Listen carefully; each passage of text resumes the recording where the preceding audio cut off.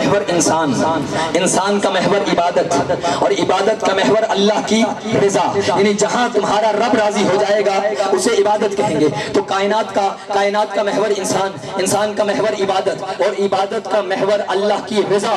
اب پوچھو تو صحیح، اللہ کی رضا ملے گی کسے؟ کم از کم شیعہ سنی 25 کتابوں کو ذہن میں رکھ کے اس حدیث کی تلاوت کرنے لگا ہو کہ جس کو اس حدیث نے نقل کیا، کہا الفاطمہ تو بضعۃ منی من ارضاها فقد ارضانی ومن ارضانی فقد ارض اللہ، کہ پیغمبر نے کہا فاطمہ میرا حصہ ہے، جس نے فاطمہ کو راضی کیا اس نے مجھے راضی کیا، جس نے مجھے راضی کیا اس نے اللہ کو راضی کیا۔ تو بات طے ہو گئی، کائنات کا محور انسان، انسان کا محور عبادت، عبادت کا محور اللہ کی رضا، اور اللہ کی رضا اسے ملے گی جس پہ فاطمہ راضی ہوگی۔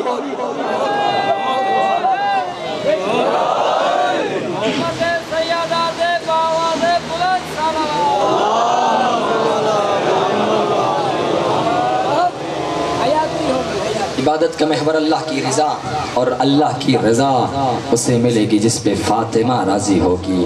اور یہی تو وجہ ہے، خدا کی قسم، پیغمبر گرامی اسلام کے گھر جب شادی ہو کے آئی ہے، حضرت فاطمہ الزہرا کی شادی ہوئی حضرت علی مرتضیٰ کے گھر میں، تو پیغمبر نے حضرت علی مرتضیٰ سے پوچھا، اے علی بتاؤ تو صحیح کہ میری فاطمہ کو کیسا پایا؟ تو علی کہتے ہیں عبادت میں مددگار پایا، اللہ کی عبادت میں میں نے فاطمہ کو مددگار پایا۔ اور روایات کہتی ہیں کہ حضرت علی جتنے تھکے جب گھر واپس آتے تھے، حضرت فاطمہ اس طرح استقبال کیا کرتی تھیں کہ علی اپنے سارے غم بھول جایا کرتے تھے۔ نمونہ عمل ہے کہ اپنے گھر کو جنت بنانا چاہتے ہو تو اپنے گھر میں ویسے زندگی گزارو جیسے حضرت فاطمہ نے گزاری۔ اور یہ نمونہ عمل ہے میری ماں بہنوں کے لیے، خاص طور پہ عرض کروں گا، بہت دفعہ لڑائی جھگڑا ہوتا ہے مرد عورت کے درمیان، اگر سمجھنا ہے نا کہ کیسی زندگی گزاری فاطمہ الزہرا نے، آؤ سیرت حضرت زہرا کا مطالعہ کرو۔ میں اپنی ماں بہنوں سے کہوں گا پڑھا کیجئے ان کی سیرت۔ ہم نام کی اب کو کہتے ہیں کہ ہم ان کے چاہنے والے، ان کے ماننے والے ہیں، جب تک ہمیں ان کی سیرت نہیں پتہ ہوگی ہم حقیقی چاہنے والے نہیں ہیں۔ چاہنے والا تو وہ ہوتا ہے کہ جو اپنے پیشواؤں کی سیرت کو پڑھتا بھی ہے، اس پہ عمل بھی کرتا ہے۔ بغیر عمل کے شیعہ نہیں بنتا۔ شیعہ کا مطلب صرف علی کو ماننے والا نہیں ہوتا، بلکہ علی کی بھی ماننے والا ہوتا ہے۔ تو صرف علی کو نہیں مانو، علی کی بھی مانو۔ مولا ہمارا ہم سے کیا چاہتا ہے؟ یعنی ہم اپنی منوانے کے چکر میں ہیں، یا علی، علی کو وسیلہ بنا کے کہتے ہیں اللہ سے اولاد لینی ہے، علی کو وسیلہ بناؤ، رزق لینا ہے علی کو وسیلہ بناؤ۔ ہم علی سے اپنی منوانے کے چکر میں ہیں، کبھی ہم نے سوچا کہ علی ہم سے کیا چاہتا ہے؟ ہمارے مولا ہم سے کیا تقاضا کرتے ہیں؟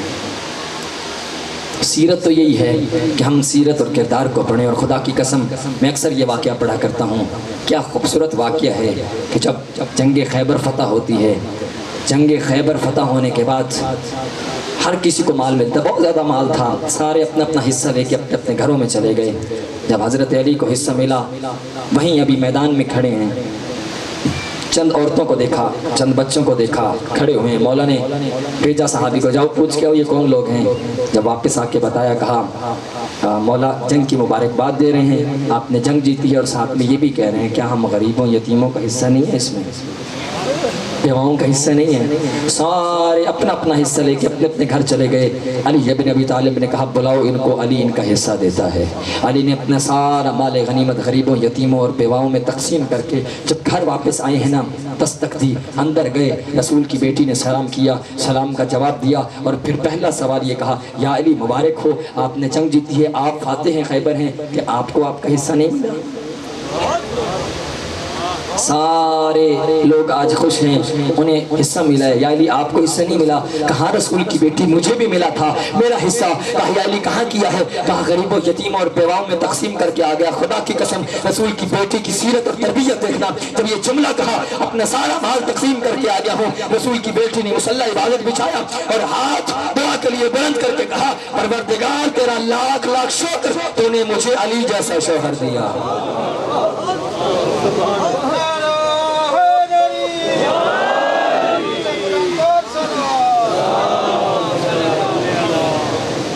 کی قسم ہماری عورتیں تربیت سیکھیں حضرت فاطمہ سے کہ اگر شوہر کا ہاتھ تنگ ہے، تنگ دستی ہے، تو کس طرح سے زندگی گزارنی ہے۔ گھر میں فاقے ہیں 3 دن سے، دنیا کی کوئی اور عورت ہوتی اپنے مرد کا گریبان پکڑ کے پوچھتی تیرے گھر فاقہ ہے اور تو اپنا مال باہر تقسیم کر کے آ گئے۔ یہ رسول کی بیٹی تھی، کیا تربیت تھی، اور یہی تربیت ہے جو کربلا کی ماں نے اپنے بچوں کی تربیت کی۔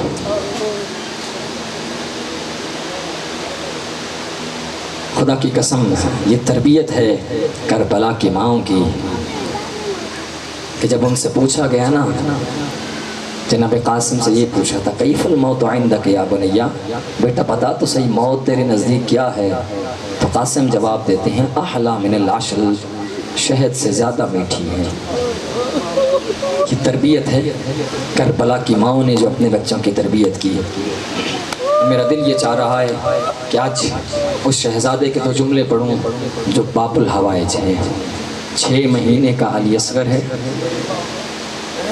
روایت کہتی ہے کربلا کے میدان میں جب آئے ہیں نا، اور خدا کی قسم میں کہا کرتا ہوں کربلا کی سب سے بڑی شہادت ہے علی اصغر کی، اور یہی تو وجہ ہے کہ جب شب عاشور تھا نا، ساری مائیں اپنے بچوں کو بٹھا کے انہیں بتا رہی تھیں، انہیں تربیت کر رہی تھی نا، اسی دوران جناب رباب جھولے پہ سر رکھ کے رو رہی تھی۔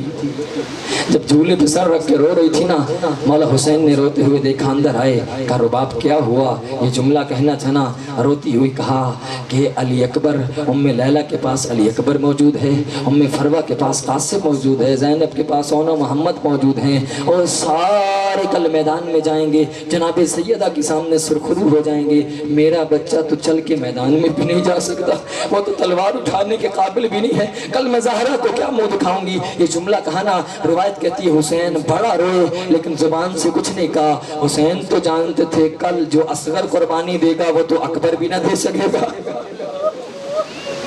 اجرکم علی اللہ، جزاکم ربکم، خدا آپ کے آنسوں کو قبول کرے۔ پس ازاداروں آ گیا عاشورہ کا دن، جب مولا نے استغاثہ بلند کیا نا، حل من ناصر ینصرنا، ہے کوئی جو حسین کی مدد کرے، حل من ذاب یذب عن حرم رسول اللہ، کوئی ہے جو رسول زادیوں کے پردوں کا محافظ بن جائے۔ یہ جملہ کہنا تھا نا، 2 خیموں سے رونے کی صدا بلند ہوئی، ایک خیمہ مولا سجاد کا خیمہ تھا، اور جب استغاثہ بلند کیا نا، روایت کہتی ہے مولا سجاد بستر بیماری سے اٹھے اور ہاتھ میں تلوار پکڑی اور کہا میں بابا کی مدد کے لیے میدان میں جاتا ہوں۔ جب یہ منظر دیکھا نا، جناب ام کلثوم سے کہا ام کلثوم سجاد کو روکو، یہ آنے والے وقت کا امام ہے۔ جب یہ جملہ کہا نا، روکنا چاہا بی بی نے، اور سجاد رو کے کہتے پھوپھی اماں دیکھتی نہیں میرا بابا غریب ہو گیا ہے، غربت کے استغاثے دے رہا ہے۔ اور دوسرا خیمہ جناب علی اصغر کا خیمہ تھا، جہاں سے رونے کی آواز آئی۔ جب استغاثہ بلند کیا ہے نا، آئے ہیں مولا اور آ کے پوچھا کیا ہوا ہے؟ کہا جب سے آپ نے غربت کا استغاثہ بلند کیا ہے، علی اصغر نے خود کو جھولے سے گرا دیا ہے، اور مولا کی آواز پہ لبائی کہتے ہوئے خود کو جھولے سے گرا دیا ہے۔ روایت کہتی ہے پھر مولا نے کہا مجھے دو، میں سے پانی پلا کے لاتا ہوں۔ روایت کہتی ہے ابا کا دامن ڈالا ہے اور چھپا کے لے کے جا رہے ہیں فوج اشقیاء کی طرف۔ روایت کہتی ہے جب وہاں پہنچے تو حسین نے کتنا غربت کا جملہ کہا، اِلَّن تَرْحَمُونِي فَرْحَمُوا هَذَا الطِّفْلِ الصَّغِيرَ، اگر مجھ پہ رحم نہیں کرتے اس 6 مہینے کے بچے پہ رحم کرو، ہاں اسے ایک گھونٹ پانی پلا دو۔ جب یہ جملہ کہا نا، فوج اشقیاء کی طرف سے جواب نہیں آیا۔ جب جواب نہیں آیا، حسین نے علی اصغر کو بلند کیا اور کہا تو حجت خدا کا بیٹا ہے، حجت تمام کر دے۔ جب یہ جملہ کہنا تھا، حسین نے کہا شاید انہیں تیرے باپ کے کہنے پہ یقین نہیں ہے، یہ جملہ کہنا تھا۔ روایت کہتی ہے کہ حجت تمام کرو۔ علی اصغر نے ننھی سی زبان اپنے ہونٹوں پہ پھیرنا شروع کی۔ جب یہ منظر فوجی اشقیاء نے دیکھا، بڑے شکی تھے، منہ پھیر کے رونے لگے اور کہا اگر تمہاری نظر میں قصوروار ہے تو حسین ہے، اس بچے کا کیا قصور؟ اسے ایک گھونٹ پانی پلا دو، اس بچے کا کیا قصور ہے؟ پس ازادارو جب یہ جملہ کہا نا، روایت کہتی ہے کیسا جواب ملا۔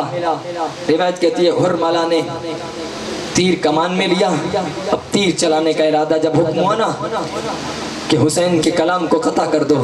یہاں رک کے میں ایک جملہ کہنا چاہتا ہوں، یہ جو ہم تک مصائب پہنچے ہیں نا، مصائب کی روایات پہنچی ہیں۔ جب مختار قاتلان حسین کو گرفتار کرتا تھا نا، پھر ان سے اقرار لیتا تھا کہ تم نے کیا کیا جرم کیا ہے، یہی تو وجہ ہے خدا کی قسم جناب علی اصغر کی شہادت اتنی دردناک شہادت تھی کہ سارے ائمہ کے سینوں کو چھلنی کر رکھا تھا۔ یہی تو وجہ ہے جس کو یاد کر کے امام سجاد رویا کرتے تھے، اور جب بتایا جاتا تھا نا آج فلاں قاتل کو گرفتار کیا گیا، آج فلاں کا سر قلم کیا گیا ہے، مولا سجاد رو کے ایک ہی بات پوچھتے تھے، ہرملہ ابھی زندہ ہے؟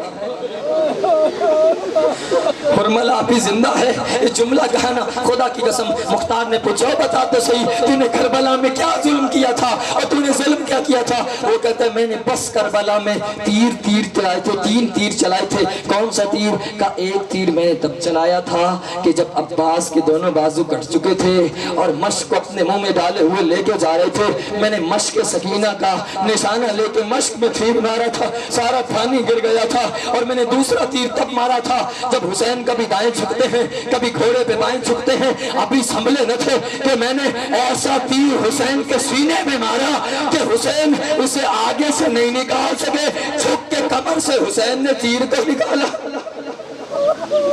کا تیسرا تیر میں نے اس وقت چلایا تھا۔ میں رک کے پوچھتا ہوں کہ تیر کون سا تیر تھا؟ عربوں میں بڑے بڑے تیر تھے، صرف تیروں کے نام بتاؤں گا اور آپ کی عبادت ہو جائے گی۔ روایت کہتی ہے عربوں میں بڑے تیر تھے، ایک تیر تھا پزل۔ روایت کہتی ہے یہ پزل ایسا تیر تھا جو پرندوں کو مارنے کے لیے استعمال ہوتا تھا، لیکن اصغر کو یہ تیر تو نہیں مارا، وہ تیر اس سے بھی بڑا تھا۔ ایک تیر ایک طرف سے چھوٹا تھا، دوسرا بڑا ہوتا تھا، وہ اتنی زور سے لگتا تھا کہ انسان کے جسم کا گوشت اکھاڑ کے لے جاتا تھا، لیکن اصغر کو یہ تیر تو نہیں مارا، وہ تو اس سے بھی بڑا تیر تھا۔ ایک تیر ہوتا ہے سہم، اس کے آگے زہر لگا ہوتا ہے، جیسے تیر مارتے ہیں نا انسان کے بدن میں زہر پھیل جاتا ہے، لیکن اصغر کو یہ تیر تو نہیں مارا تھا، وہ تو اس سے بھی بڑا تیر تھا۔ ایک تیر لوہے کا بنا ہوتا تھا، وہ جب مارتے تھے نا وہ زیرہ کو پھاڑ کے انسان کے بدن میں داخل ہو جاتا تھا، لیکن اصغر کو یہ تیر تو نہیں مارا، وہ تیر تو اس سے بھی بڑا تھا۔ ایک ہوتا ہے 100 شعبہ تیر، جس کے 3 حصے بنے ہوتے ہیں، اور عرب کے قبیلے میں آپس میں یہ قسم کھائے کہ ہم انسانوں پہ یہ تیر نہیں چلائیں گے۔ وہ تیر گھوڑے کو گرانے کے لیے استعمال ہوتا تھا۔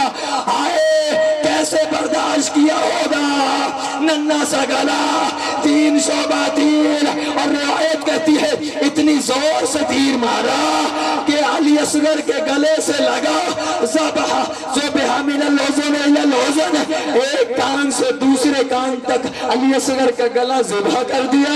اور روایت کہتی ہے گلے میں لگنے کے بعد حسین کے ہاتھوں میں لگا، اتنا وزنی تھا اگر حسین کے ہاتھوں میں نہ لگتا جہاں تک تیر جاتا علی اصغر کا لاش۔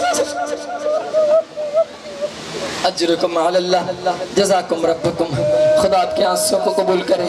بڑی مشکل سے حسین نے تیر نکالا، اور تیر نکالنے کے بعد اب جب واپس آئے خیموں میں، روایت کہتی ہے خیموں میں واپس آنا چاہتے ہیں نا، عجیب منظر ہے، آگے بڑھتے ہیں پھر واپس آ جاتے ہیں، کس منہ کے ساتھ لے کے جائیں، سوچتے ہیں ماں کو دکھانا چاہیے، آگے بڑھتے ہیں پھر واپس آ جاتے ہیں۔ روایت کہتی ہے 7 دفعہ حسین خیمے کے قریب بڑھے ہیں، پھر واپس آ جاتے ہیں، ماں کو دکھانا چاہیے، پھر سوچتے ہیں کیسے دکھاؤں، اپنا بچہ ذبح ہوا کیسے دیکھے گی، 6 مہینے کا بچہ ہے، گلا کٹا ہوا ہے۔ آزادارو ایک جملہ سمجھانا چاہتا ہوں، یہ جو چھوٹے جانور ہوتے ہیں نا انہیں ذبح کیا جاتا ہے، اور جو بڑے جانور ہوتے ہیں نا انہیں نہر کیا جاتا ہے۔ یہ جو اونٹ ہوتے ہیں نا اس کو نہر کیا جاتا ہے، کہ چھڑا مارا جاتا ہے پھر خون خود ہی گر جاتا ہے، وہ جانور خود ہی گر جاتا ہے۔ روایت کہتی ہے اب جب رضن بقضائہ و تسلیما لامر کہہ کے خیمے میں گئے ہیں نا اور جناب رباط کے حوالے کیا ہے، ابا کا دامن ہٹانے کے بعد جناب رباط نے ایک ہی جملہ کہا، اب مثلوں کا ینہر، اے علی اصغر بیٹا کیا تجھ جیسے بچے بھی نہر کیے جائیں؟ الا لعنت اللہ علی القوم الظالمین وسيعلم الذين ظلموا أي منقلب ينقلبون وآخر دعوانا الحمد لله رب العالمين۔